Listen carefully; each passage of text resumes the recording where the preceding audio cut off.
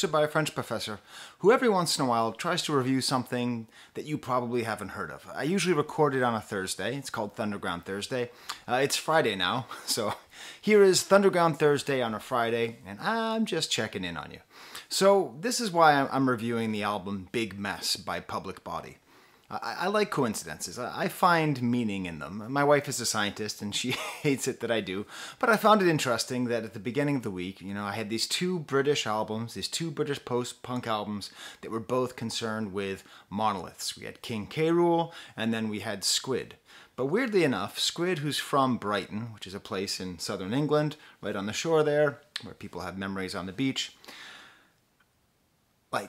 at the end of that video, I sort of just had fun talking about how that prompted me to decide that of all the Premier League teams in English soccer, that I would go on to support Brighton Hove Albion, because I've been looking for a team and I don't want to support Manchester or England or London, So I just sort of had Brighton on my mind. And this band, Big Mess, the algorithm, this band, Public Body, the algorithm just threw them at me.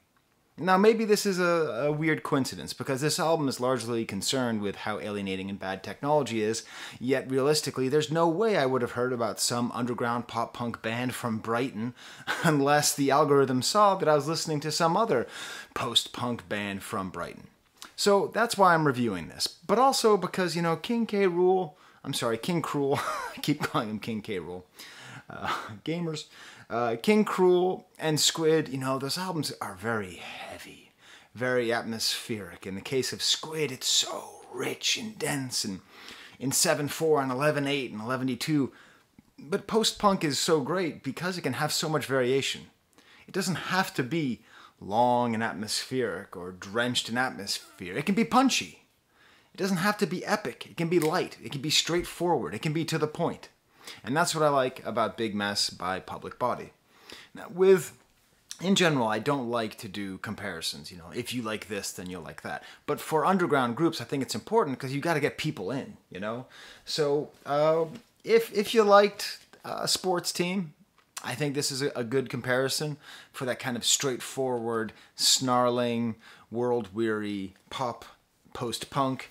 Also, there's a lot of Devo in here, which I'll be getting into, the intersection of sort of conversations on technology, the way that Devo is both pre-punk and post-punk at the same time. I would say Public Body manages to have that as well.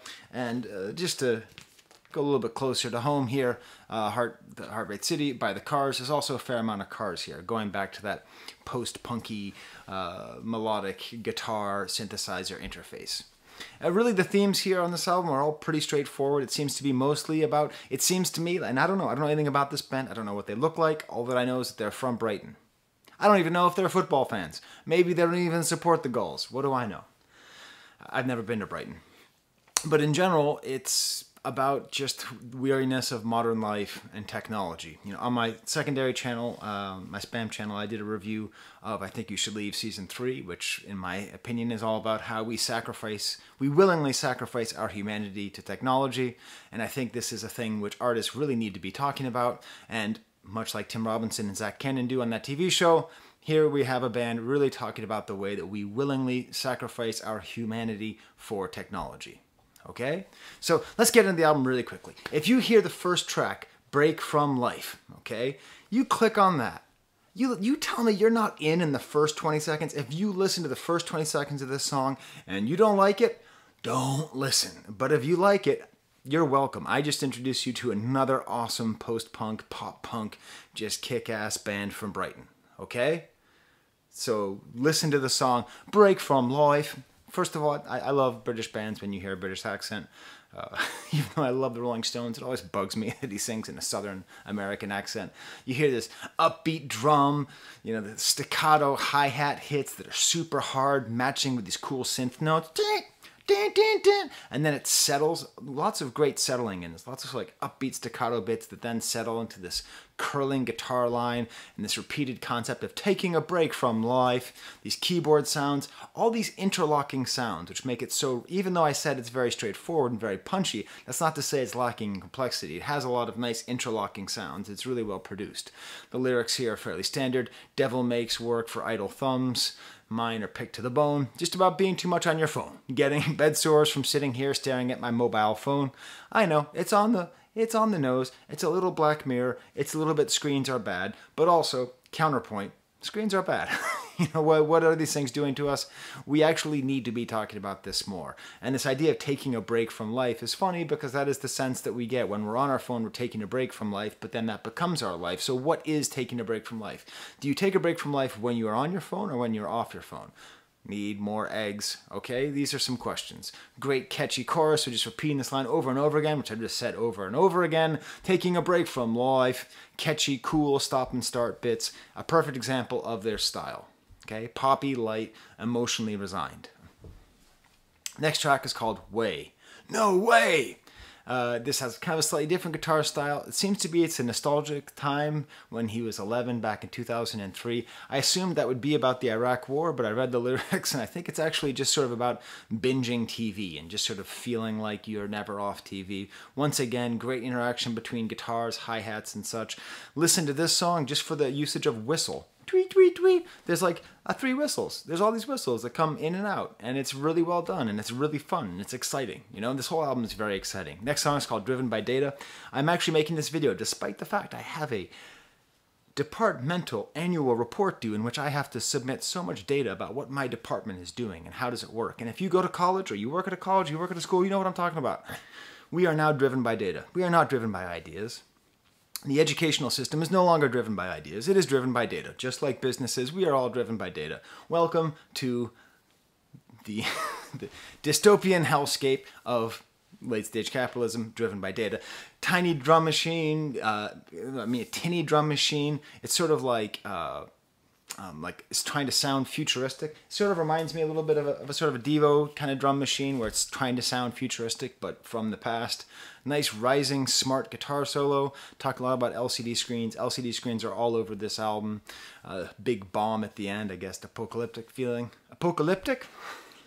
Right. Is that how you say apocalyptic with a British accent? Is there a Brighton accent? I don't even know. I barely even can recognize a Manchester accent. I taught English in France with someone from Manchester, and she had the strongest Mancunian accent. Her students did not learn how to speak in a way that was comprehensible to the majority of people. Next song is called Dysfunction. A little bit tired at this point of the album, you know, like this kind of like upbeat pop punk stuff. You get a little bit tired, but I do love the syncopation on the drums, these nice little punching bits, more stuff about LCD screens, Burning Me. Nice kind of right to left guitars that glean through. And then we get to one of the absolute highlights of the album, probably my favorite song on the album. I put the first song there because that's the song that's gonna fish you in, it's gonna rope you in, you know, it's gonna Aziz Ansari you into this album. But Crisp Wars is there. Okay, so you never know. You never know. You never know when a member of the band is going to see it, see your review. So this is, I think, the future. Like, this has a level of complexity, depth, and warmth in addition to the rest of the album that indicates that it could be like the first stage of their next development. And mind you, this is a band I don't know at all. This is the first time I listened to them was yesterday before I went to the gym, right? Great, very sort of Devo-esque drum line where everything feels kind of like independent of it, so like not a lot of things being played at the same time, these kind of robotic alien sounds. The keyboard sound is so good because it is a keyboard. It's not a computer setting. I can tell it's a keyboard that's being played, that's where they just found exactly the right tone. So many clever little parts where the band interlocks. It's a very danceable song.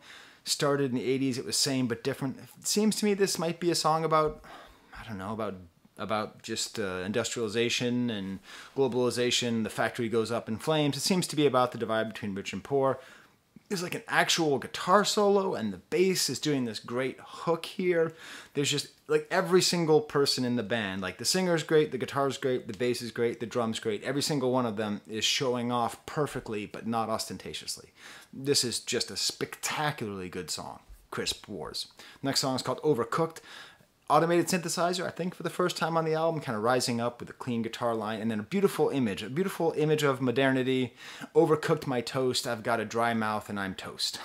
just the sort of image of toast, you know, just dry toast. Like, imagine right now existence as a piece of toast that you toasted for too long, and then you have to eat it. You know, you can't talk. Your mouth's dry. You're toast.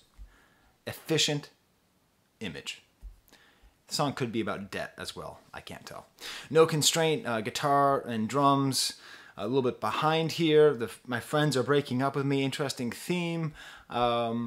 Next track is Cathode Ray Tubes. Again, more of this technological alienation here. A lot about obsolescence because we don't have cathode ray tubes anymore in television, so this could be about LCD screens versus cathode ray tubes.